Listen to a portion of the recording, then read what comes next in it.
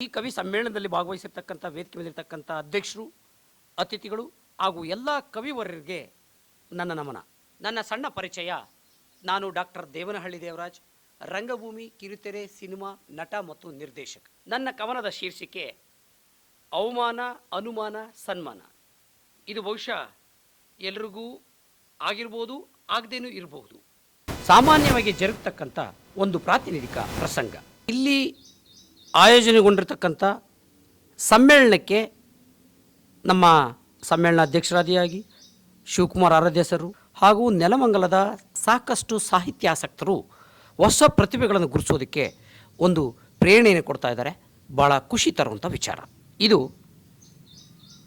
ಇಲ್ಲಿನ ಕನ್ನಡ ಸಾಹಿತ್ಯ ಪರಿಷತ್ತಿಗೆ ಹೊರತಾದದ್ದು ಅಂತ ನಾನು ಭಾವಿಸಿದ್ದೀನಿ.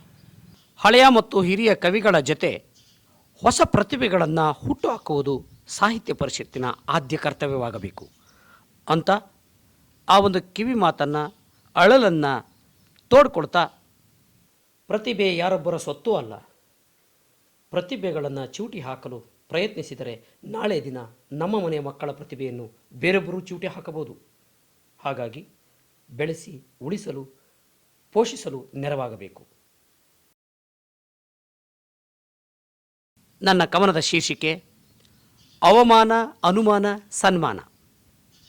ಮಾಡಿಕೊಳ್ಳಲು ಕಾದಿರುವರಾರು ಇಲ್ಲಿ ಸನ್ಮಾನ, ಅಂಥವರಿಗೆ ಇರಲಿ ನಿಮ್ಮ ಈ ಬಿಗುಮಾನ. ಪ್ರತಿಭೆಗಳನ್ನು ಹುಡುಕಲು ನಿಮಗೆ ಬರುವುದಿಲ್ಲವೇ? ಓಟಿಗಾಗಿ ಎಲ್ಲರೂ ಬೇಕಿತ್ತು ಆಗ, ಸೀಟಿಗಾಗಿ ಮಾಡುತ್ತಿರುವರ ರಾಜಕೀಯ ಈಗ. ರಾಜಕಾರಣ ಓಲೈಸಿ ಸ್ವಾಮಿ, ಬೇಡ ಅನ್ನಲಿಲ್ಲ, ಆದರೆ ನೀವೇ ರಾಜಕಾರಣಿಗಳಾಗಬೇಡಿ. ಯಾಕೆಂದರೆ ಸಾಹಿತ್ಯ ಪರಿಷತ್ತು ಪ್ರತಿಯೊಬ್ಬ ಕನ್ನಡಿಗನ ಸೊತ್ತು. ಅದು ನಮ್ಮೆಲ್ಲರಿಗೂ ಗೊತ್ತು. ಯಾವೊಬ್ಬ ರಾಜಕಾರಣಿಯ ಹೆಸರಾಕಿ ಕಾರ್ಯಕ್ರಮಕ್ಕೆ ಕರೆದರೂ, ಹಾಕಿ ಕರೆಯದಿದ್ದರೂ ಗೊತ್ತಾಗುತ್ತಿತ್ತು ಆಗ ನಿಮಗೆ ಅದರ ಗಮ್ಮತ್ತು. ಅವಮಾನ, ಅನುಮಾನ, ಸನ್ಮಾನ. ಬೆಳೆಯುತ್ತಿರುವವರನ್ನು ಯಾಕೆ ನಡೆಸುತ್ತೀರಿ ಸ್ವಾಮಿ ತುಳಿಯುವ ಮಸಲತ್ತು?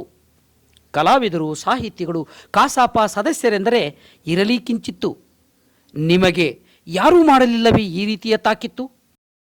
ಪ್ರತಿಭಟನೆಗೆ ಕಪ್ಪು ಪಟ್ಟಿ ಧರಿಸುತ್ತೀರೆಂದು ಸೆಟೆದು ನಿಂತರೆ ಮಾಡಿದಿರಿ ಪೊಲೀಸ್ ಸ್ಟೇಷನ್ನಲ್ಲಿ ರಾತ್ರೋರಾತ್ರಿ ಮಸಲತ್ತು.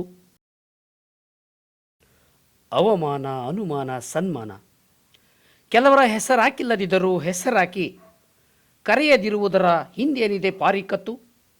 ತಿಳಿಯಿರಿ ನಿಮಗೆಂದೋ ನಿಮಗೊದಗಿದೆ ಜಾತಿಯ ಕುತ್ತು. ರೈತರಿಗೆ ಗೊತ್ತು ಬೆವರು ಸುರಿಸಿ ದುಡಿಯುವ ಅನ್ನದ ಅಗಳಿನ ಬಾಬತ್. ಸಂಘ ಸಂಸ್ಥೆ ಕಟ್ಟಿ ಯಾರಲ್ಲೂ ಕೈಯೊಡ್ಡದೆ ಕಾರ್ಯಕ್ರಮ ಮಾಡಿ ತೋರಿಸಿ ನಿಮ್ಮ ತಾಕತ್ತು. ಅದು ಬಿಟ್ಟು ಈ ನಾಡಿನ ಸಾಹಿತ್ಯ ಪರಿಷತ್ತು ಹೆಸರಲ್ಲಿ ಏಕೆ ನಡೆಸುವಿರಿ ಚಂದದ ಹಕ್ಕಿಕತ್ತು? ಎಲ್ಲ ಮುಗಿದ ಮೇಲೆ ರಾಮನ ಲೆಕ್ಕ, ಕೃಷ್ಣನ ಲೆಕ್ಕ. ಇದ್ಯಾವ ಲೆಕ್ಕ? ಅವಮಾನ, ಅನುಮಾನ, ಸನ್ಮಾನ.